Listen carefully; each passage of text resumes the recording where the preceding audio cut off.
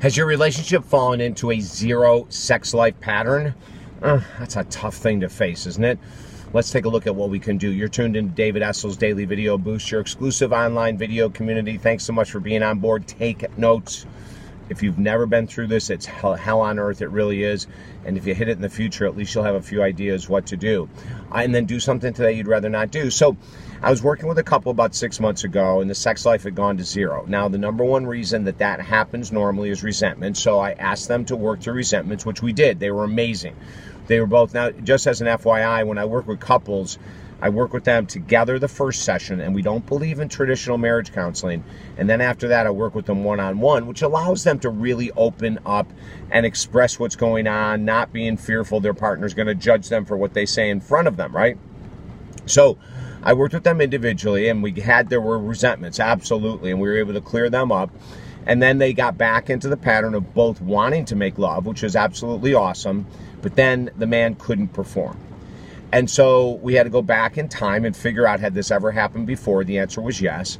How long ago? It was 2 years before he met his current partner. What was the cause of it? Resentments. And so, believe it or not, the subconscious mind had picked up on this pattern that when he was angry, he could not perform. So we did a bunch of work with the subconscious mind to clear that up.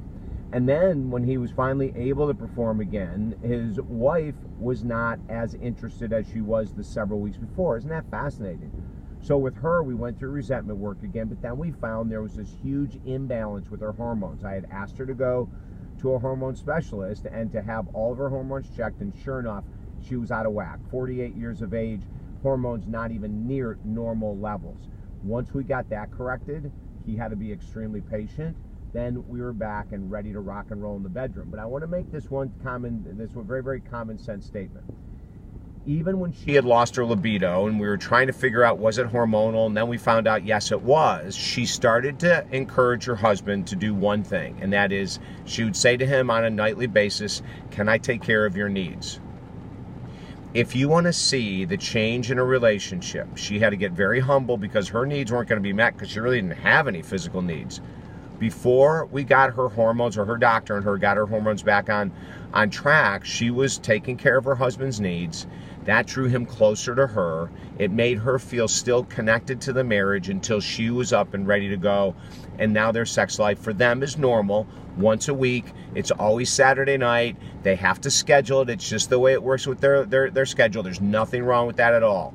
If you need help with your intimacy, let me know. Email me at talkdavid.com, okay? There's many more reasons why than what we just talked about right here. There can be problems with nicotine, problems with alcohol, problems with other drug interactions that could decrease dramatically sex drive. And we can talk about all that at talkdavid.com. Don't forget to let your friends and family know that we're on the air for them as well. Get them to join the Daily Boost. And also our brand new book, Focus, Slay Your Goals. Celebrity Jenny McCarthy wrote the foreword to the book. You're going to love it. That's at talkdavid.com or Amazon. Have a great day.